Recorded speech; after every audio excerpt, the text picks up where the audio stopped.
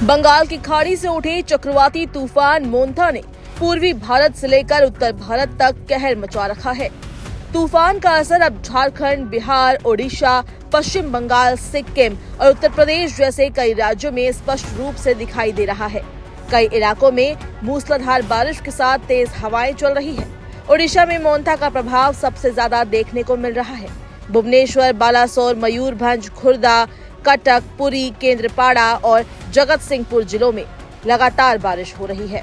IMD ने चेतावनी जारी करते हुए बताया कि आने वाले 2 से 3 दिनों तक इन जिलों में तेज हवाओं के साथ भारी वर्षा हो सकती है।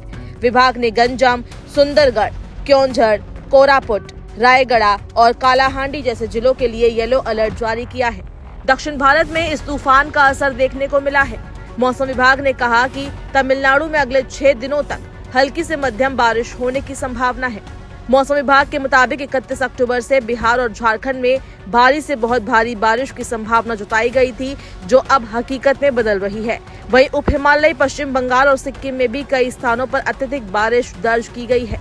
उत्तर प्रदेश के पूर्वांचल क्षेत्र में भी बिजली चमकने और गर्जन के साथ बारिश जारी है।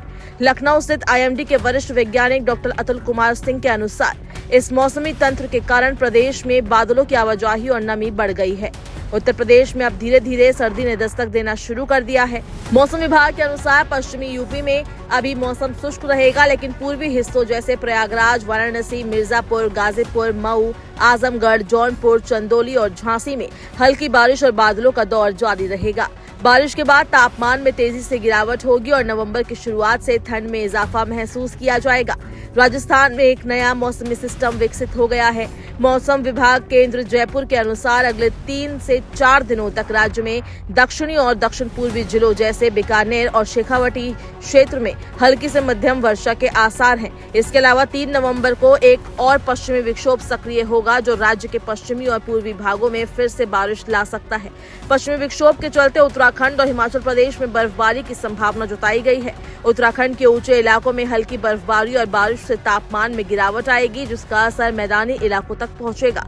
हिमाचल के ताबों में तापमान पहले ही -0.8 डिग्री सेल्सियस तक पहुंच गया है। मौसम विभाग ने अनुमान लगाया है कि अगले कुछ दिनों में न्यूनतम तापमान में 3 से 4 डिग्री की गिरावट होगी, जिससे सर्दी और बढ़ जाएगी। बंगाल के कई जिलों में तेज बारिश और भूस्खलन के खतरे को देखते हुए मौसम विभाग ने रेड अलर्ट जारी किया है। विशेष रूप से दार्जिलिंग में हालात गंभीर है। राज्य सरकार ने सुरक्षा को ध्यान में रखते हुए प्रसिद्ध पर्यटन स्थल संदकफू को बंद करने का फैसला लिया है। राष्ट्रीय राजधानी दिल्ली और आसपास के इलाकों की बात करें तो नोएडा, गुरुग्राम, फरीदाबाद और गाजियाबाद में वायु गुणवत्ता तेजी से बिगड़ रही है। पिछले 24 घंटे में AQI में करीब 94 अंकों की बढ़ोतरी दर्ज की गई है, जिससे हवा बहुत खराब से गंभीर श्रेणी में पहुंच गई है। फिलहाल मौसम आंशिक रूप से बादलों वाला है, पर बारिश की संभावना कम है। दिल्ली में न्यूनतम तापमान 17 से 18 डिग्री सेल्सियस और अधिकतम तापमान 28 डिग्री सेल्सियस के आसपास बना रह सकता है। वहीं सुबह और शाम के समय घना स्मॉग और हल्का कोहरा छाया रहता है। दिल्ली NCR में अगले 2 से 3 दिनों तक आंशिक तौर पर बादल छाए रहने का अनुमान है। हालांकि बारिश को लेकर स्थिति साफ नहीं है।